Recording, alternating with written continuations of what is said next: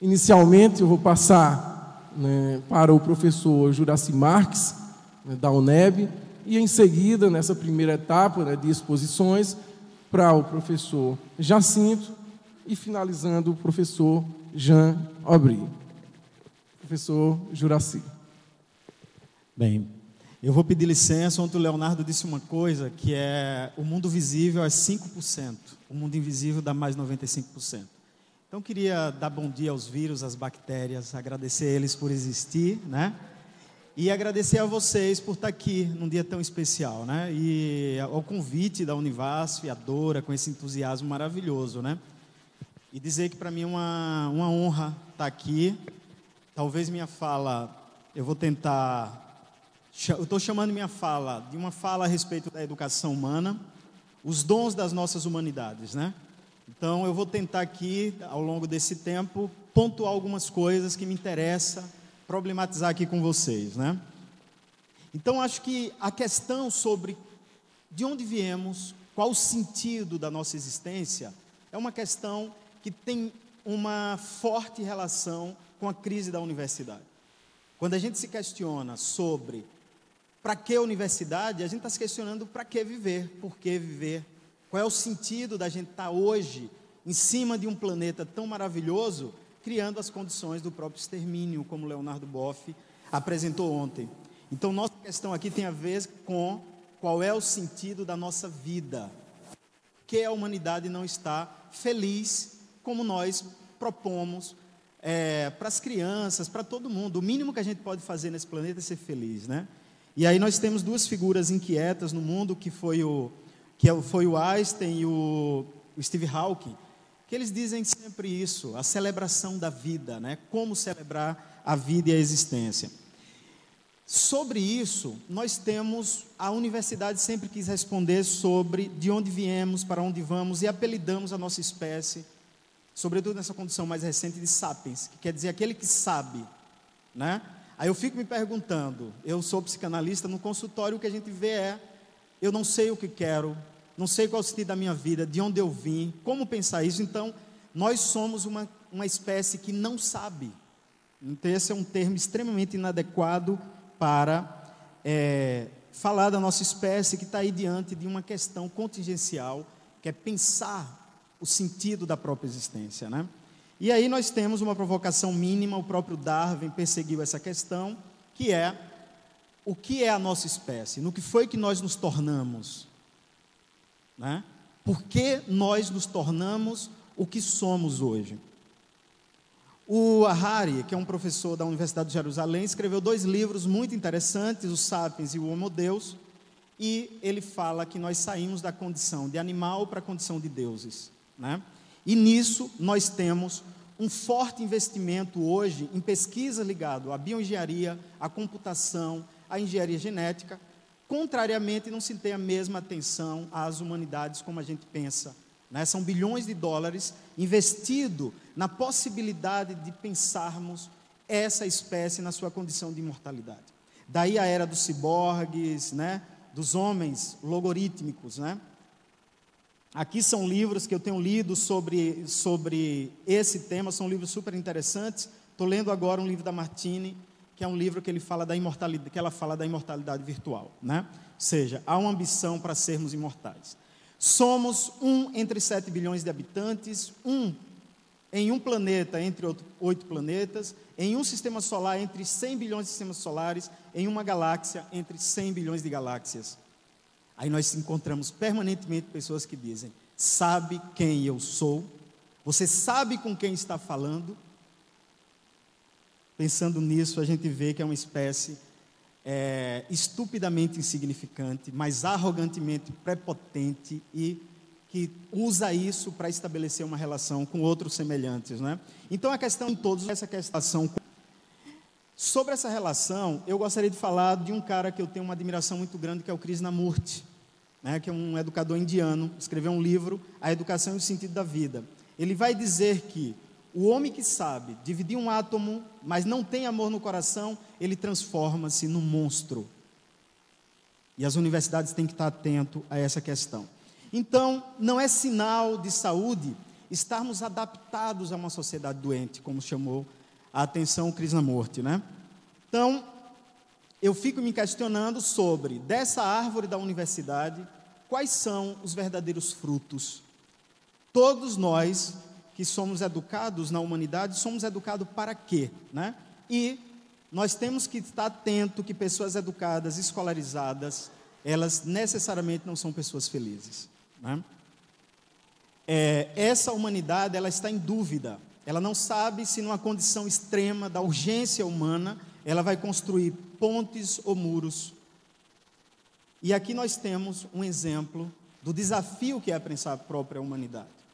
Nós, do terceiro mundo, como eles chamam, temos o hábito de pensar a ciência do velho mundo, como o Leonardo colocou aqui. Mundo, eles têm muita dificuldade de acolher pessoas como essa criança e tantos outros refugiados que desesperadamente estão buscando um alento na vida. E a França, Portugal, a Alemanha, que nós lemos sempre, são lugares que estão construindo pontes legais e pontes físicas. E eu fico me questionando qual é o lugar dessa universidade. Para quê?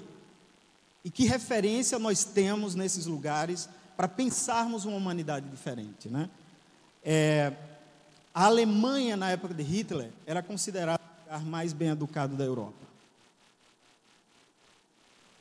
Pessoas educadas também matam, né? Nós temos 2 juízes do nazismo aqui, só uma fala do Göring e do Franklin.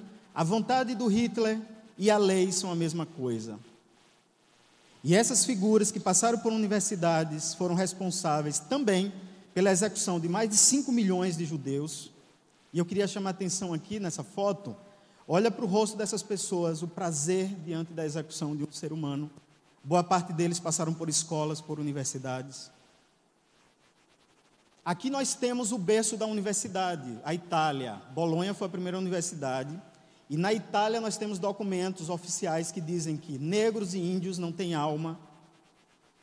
E por isso eles foram colocados nessa condição de escravidão. Para as Américas vieram mais de 15 milhões de negros escravizados, 3,5 milhões para o Brasil. E colônias têm uma relação direta com as universidades. E hoje a França, do Bourdieu, do Foucault, da Revolução Francesa, ainda mantém uma colônia na América. É a única colônia da América, né?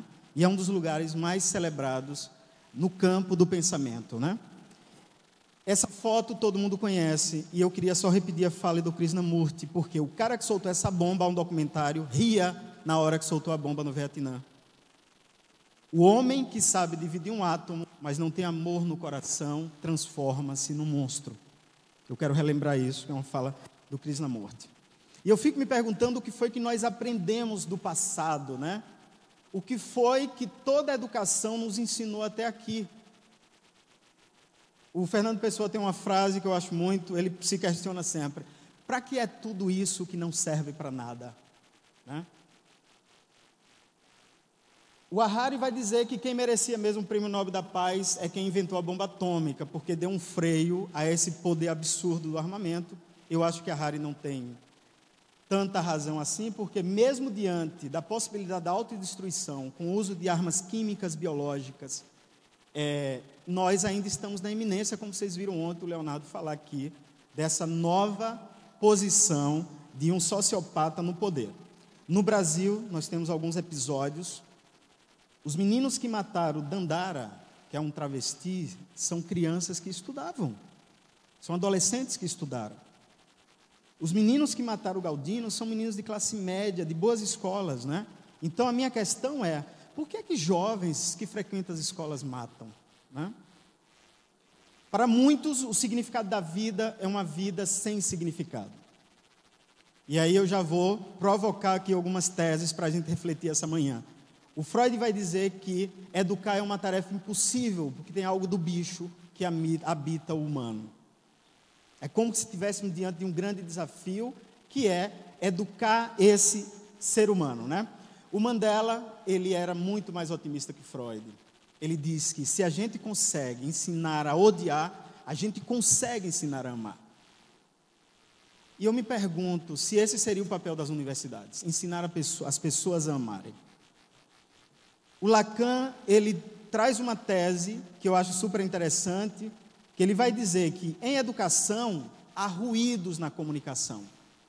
A gente pode até saber o que a gente fala, mas a gente não sabe o que o outro ouve. É muita responsabilidade para um educador pensar que o que nós falamos é o que o outro ouve. Essa relação está na lógica do ruído. E aqui eu vou instituir uma tese que é: em educação a gente só ensina o dom. Depois eu vou dizer por que eu estou chamando a atenção. Onde está de fato o poder da escola, da universidade e da educação? Nós sabemos que quem controla a universidade são burocratas, né? E burocratas, na minha perspectiva, não amam, eles são máquinas cartoriais. Nós temos aqui o apelo dramático da UERJ, que todo mundo está acompanhando. Nós temos agora Minas Gerais privatizando a educação como saída, né? E a gente vê a impotência desse lugar que a gente diz que é revolucionário. Está todo mundo inerte diante de uma tragédia aos nossos olhos, o sucateamento da universidade no Brasil. E para piorar, nós temos um cenário com essas figuras, e é assim que a gente tem que pensar a universidade, né? Voltando rapidamente, ontem nós vimos um pouco do percurso da universidade. Ela tem uma relação muito forte com a perspectiva grega, surgiu na Grécia. No século XII ela se organiza na Europa, no século XVI na América Latina, organizada pelos espanhóis, e no Brasil é uma experiência bem recente. A universidade no nosso país é uma coisa muito recente. O Leonardo Boff, ou o Humberto Eco, ele vai, no Nome da Rosa, dizer que a gente tem que tomar cuidado com a falsa inocência quando a gente pensa a universidade. Isso é um termo que eu quero destacar, porque, como dizia o Adorno na Educação e Emancipação, nós temos que pensar uma educação após o Auschwitz. A educação atual, ela está aparelhada para a industrialização e a guerra, e desenvolver a eficiência é seu alvo principal. Estamos dentro da engrenagem desta máquina de competição impiedosa e destruição mútua. Se a educação conduz à guerra, se nos ensina a destruir ou a ser destruído, não falhou completamente esse lugar que nós inventamos para a humanidade? Por que é que não tem índio? Por que esses outras experiências não estão nesse lugar? Voltando, está aqui Bolônia, e eu fico me questionando o que mudou nas estruturas das universidades. No Brasil, chega em 1808, com a vinda da família real. Só para dar um exemplo da contradição, em Salvador, 80% de população negra. Na época da problemática do Naumá, nós tínhamos 97% dos cursos de elite ocupados pelos brancos. É estranho essa lógica, né? Isso dá a cara do que é esse lugar inventado para manter a estrutura colonial do nosso país.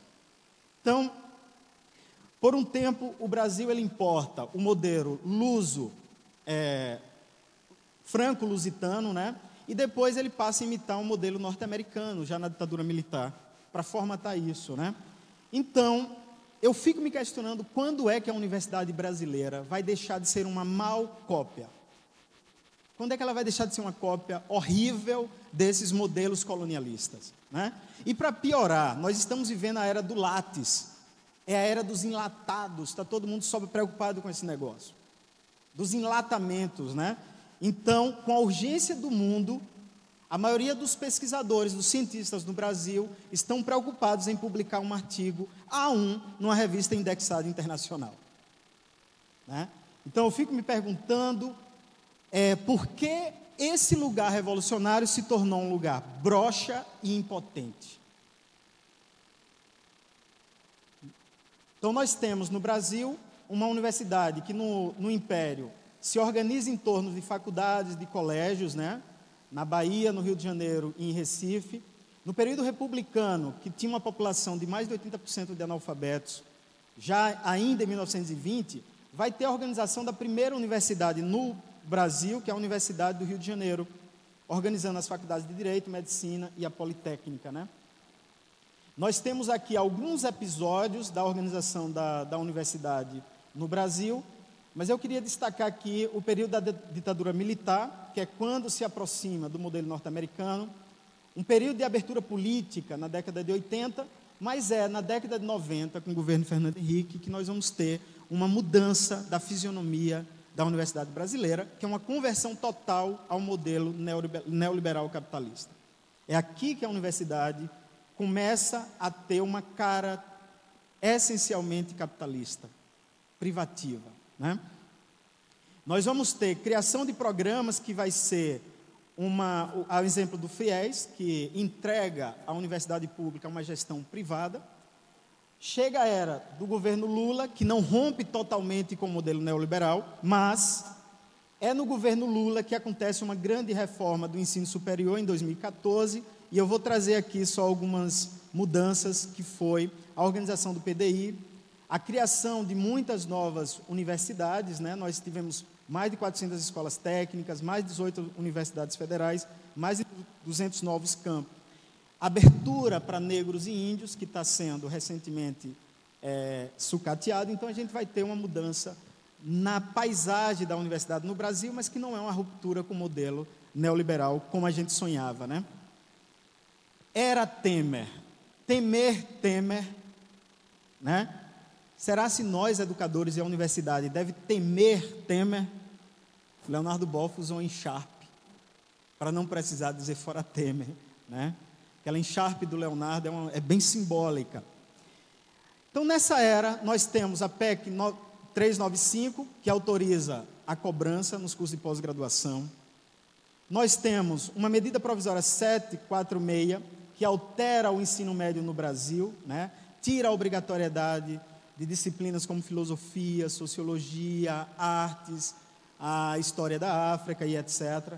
Nós temos a aprovação da lei da terceirização, nós temos a saída da base nacional comum do currículo, da discussão de gênero e diversidade, que foi uma sacada maravilhosa de grupos ligados a perspectivas protestantes, homofóbicos. Então conseguiram colocar na lei que faz uma gestão da educação no Brasil, a proibição da gente discutir gênero, porque toca na realidade dos homossexuais, dos transexuais, dos outros gêneros, e da diversidade, que nos proíbe de discutir a realidade de negros, de índios, de ciganos. Isso é uma ditadura no século XXI, institucionalizada nas leis que regem a educação no nosso país. A reforma da Previdência, que afeta diretamente a vida dos trabalhadores da educação e de todos os outros trabalhadores, o fim do Ciências Sem Fronteiras, a instituição do Escola Sem Partido, que está aí na véspera de ser aprovado, e que lembra, não sei se todo mundo recorda-se, do Decreto-Lei de 477, de 69, que autorizava as universidades a deflagrarem, a desligarem professores, alunos e funcionários considerados envolvidos em atividades subversivas. O projeto Escola Sem Partido nada mais é do que uma versão moderna do Decreto-Lei 477 da ditadura militar. Nos preparemos para sermos criminalizados, processados e expulsos das universidades, se isso aqui for de fato aprovado. A ponto da ONU agora, em 13 de abril, publicou uma nota internacional pedindo atenção especial à violência que representa esse documento para a educação no Brasil, né? Então, o Brasil está aqui, a fisionomia da universidade, da matrícula nas universidades. O Brasil hoje representa 2,4% da produção científica internacional e é responsável por 2,8% da população do mundo. Só para dar um exemplo, a Austrália é responsável por 3% da produção científica no mundo, mas é apenas 0,3% da população mundial. É um gigante que ainda não tem, na configuração da produção do conhecimento científico, uma aceitação, né? É um país que tem hoje quase 8 milhões de alunos na graduação e na pós-graduação, mas que 70% estão gerenciados pela iniciativa privada. Então, a educação superior no Brasil é uma educação privada. Nós temos, só em cursos de EAD, mais de 520 mil alunos matriculados, né? Então, a universidade, ela vive uma crise substancial no mundo contemporâneo. O Naumar e o Boaventura publicaram um livro muito interessante, que é A Universidade no Século XXI, e ele vai dizer que nós vivemos uma crise de natureza hegemônica, porque não é mais um espaço da produção do conhecimento, um espaço responsável pela formação em si, uma crise de ordem da legitimidade, né? Uma queda das barreiras para o acesso, fruto do processo de democratização e também das pressões populares, e uma crise institucional, que é, na verdade, a limitação do campo da autonomia e que sofre uma pressão do mundo capitalista. E hoje nós vivemos profundamente uma crise política, uma crise que se encontra com a consolidação do neoliberalismo e a privatização da educação no nosso país. Um lobby excessivo dessas corporações sobre o Estado. Mas o Brasil, eu não quero assim ficar nesse pessimismo tão excessivo. O Brasil é um país lindo, o Obi escreve muito isso. É um país que produz gigantes intelectuais. E eu vou falar de algumas pessoas que eu tenho uma admiração profunda e que todos os dias eu lembro para não cair numa depressão. Um deles, nós temos um prêmio Nobel. Não sei se todo mundo sabe. E o Paulo, ele participava do IPCC. Em 2017, o Al Gore ganhou o prêmio Nobel e ele era um dos membros da equipe do IPCC. Por tabela, o professor, ex-professor da USP, é o nosso primeiro prêmio Nobel do Brasil. É uma coisa incipiente, mas é um orgulho muito grande, né? O Brasil tem gigantes intelectuais, como é o caso do nosso queridíssimo Nicoleles, que é o Einstein do Brasil, trabalha na Universidade de Duke, nos Estados Unidos. É um cientista que tem revolucionado muitas partes do mundo. Tem um amigo, assim, o João Lima, que trabalha hoje no Hopkins, que é o maior hospital de cardiologia dos Estados Unidos, referência mundial, e ele coordena uma área específica do hospital, é um baiano, um gigante, né? Nós temos a Adriana Calcanhoto, que agora foi para trabalhar na Europa também, que é uma poetisa extraordinária. Nós temos a Suzana, que é uma neurocientista extraordinária, que também acabou de ir para os Estados Unidos. O que é que eu quero dizer com isso? São gigantes, e que o que o Brasil tem produzido, do que há de mais célebre, recentemente, todos foram trabalhar fora do nosso país. É um país que, quando tem uma crise, o primeiro corte é na educação. Esses burocratas que ocuparam o poder no nosso país durante séculos, não acreditam nas coisas que a gente acredita. Nós estamos permanentemente sofrendo cortes nos nossos sonhos, né? E só para materializar isso, foi publicado agora na Nature uma crítica, né, a respeito dos cortes no Brasil. E aqui, só lembrando, para a ciência, nós tínhamos os nossos reitores estão aqui, podem falar melhor, uma previsão de 5 bilhões, né, para 2017, mas eles acabaram de cortar 2,2 bilhões. A Nature publicou um artigo chamando isso de uma bomba atômica na produção do conhecimento no Brasil. E eles fazem isso sem dó nem piedade e acham a coisa mais comum do mundo. As universidades que já estão sucateadas por natureza, eles fazem isso e está beleza. E as universidades não têm uma reação à altura da natureza da violência, né? Então, eu ontem fui escrever isso aqui, aí cometi um ato falho, né? O inconsciente, eu fui escrever, os professores e alunos são empecilhos. Aí acabou saindo imbecílios, eu deixei, porque um psicanalista tem que escutar o que isso quer dizer. E, de fato, eu estou achando que nós somos tratados como imbecis, né?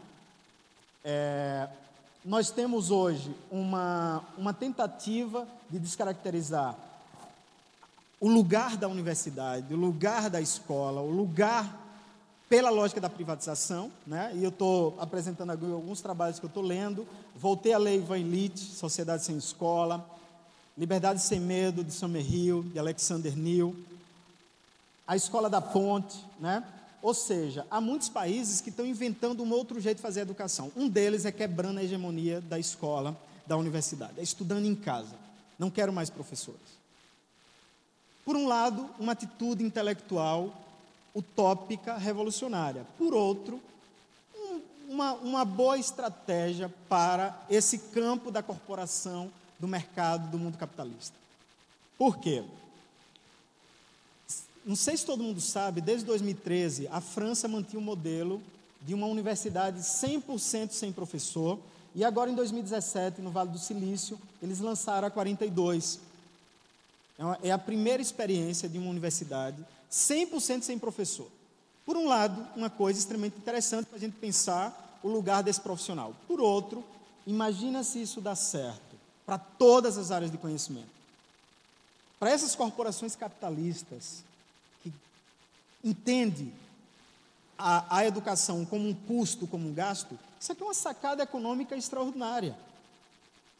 O Leonardo falou que há modelos e modelos, e ontem, só para dar um dado, a Índia já mantém escolas, né, com 150 milhões de alunos matriculados, a China 3 milhões de alunos, o Brasil tem um projeto da UAB, ou seja, o modelo de educação sem a presença desse profissional é um modelo que está em movimento no país e pode ser a cartada da nova fisionomia da universidade no século XXI. E nós, educadores, temos que perguntar qual é o nosso papel, o nosso lugar nessa nova fisionomia da universidade no Brasil, né? Então, vivemos uma era da transnacionalização da educação.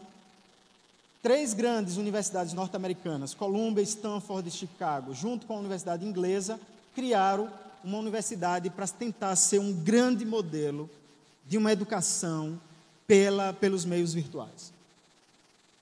Isso tem dado certo, eles têm ganhado uma fortuna com esses modelos. Milhares de estudantes de vários lugares do país têm estudado nessa escola virtual, né? Então, gente, isso não é o que pregava, me parece, o princípio da paideia grega, da escolástica cristã e nem das escolas humanistas pós-Idade Média. Tem alguma outra coisa, tem alguma outra configuração que está em jogo nessa escola do século XXI, nessa universidade do século XXI. A questão, então, é, qual é a saída? Acho que é que todo mundo está se perguntando aqui durante esses dias. Qual é a saída para essa universidade que não é o nosso modelo? Minha provocação é que nós temos que primeiro entender qual é a entrada, como nós entramos nisso, né? O Cláudio Rocha vai dizer que nós temos que pensar a universidade numa perspectiva de rede. Ou nós nos juntamos em rede para pensar, ou essa universidade vai ser totalmente domada pela estrutura desse mundo corporativo e capitalista.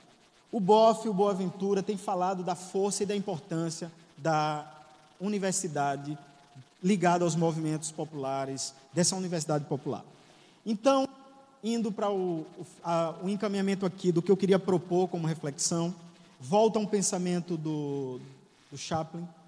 Gente, mais do que de inteligência, nós precisamos, nesse momento da humanidade, de bondade e amabilidade. E as universidades esqueceram isso, porque nós apostamos a carga toda da inteligência. E aí, eu voltaria ao que o Lacan dizia. No mundo, numa relação educativa, nós só ensinamos o dom. Eu não sei o que cada um escutou do que eu falei. Eu sei o que eu falei. Mas cada um deve ter escutado com seus fantasmas, elaborado com as suas convicções. Mas não tem como saber, né? Então tem algo que está entre o que eu digo e o que você escuta. Isso é o dom, né? Então o dom para mim seria, ele não é uma palavra, um texto, um livro, um sistema. Trata-se da forma como experimentamos o significado da nossa própria existência, das nossas dores e alegrias. É comum no dom a gente aprender o que não nos ensinam. Se a gente ensinou tanto a humanidade que não deveria matar e ela está matando, entre o que nós dissemos e o que a humanidade escutou, tem uma coisa que nós temos que localizar. Na educação escolar, ele é um sorriso, o corpo, a ética, a esperança, o amor, os códigos educativos que não se escreve. Ele vem como uma nuvem de alma para alma e só se acomoda no coração se existir verdade. Se não há verdade, não há o dom. E me parece que essa universidade que nós construímos não tem verdade humanitária. É uma farsa, né? O dom não é saber, um ofício qualquer. Ele não é um decalque, uma colagem, uma técnica, uma experimentação. O dom não se experimenta, se vive. É a vida, é a experiência singular de cada sujeito. E aí, finalizando a minha provocação nessa manhã, me parece, quando eu olho para uma criança rindo, isso é suficiente para uma existência potente. Quando a gente vê uma humanidade sem sorriso, é sinal de que o papel da educação foi arrancar o sorriso. Isso é extremamente revolucionário. As crianças trazem a revolução, que é a alegria e a felicidade. A fraqueza da existência é nós termos permitido que essas instituições arrancassem do ser humano o sorriso, a alegria, o dom, né? Então, finalizaria dizendo que o dom é quando descobrimos que não educamos ninguém, mas aprendemos uns com os outros, mediado pela vida, como nos ensinou Paulo Freire. O dom é essa força revolucionária imortal. Muito obrigado.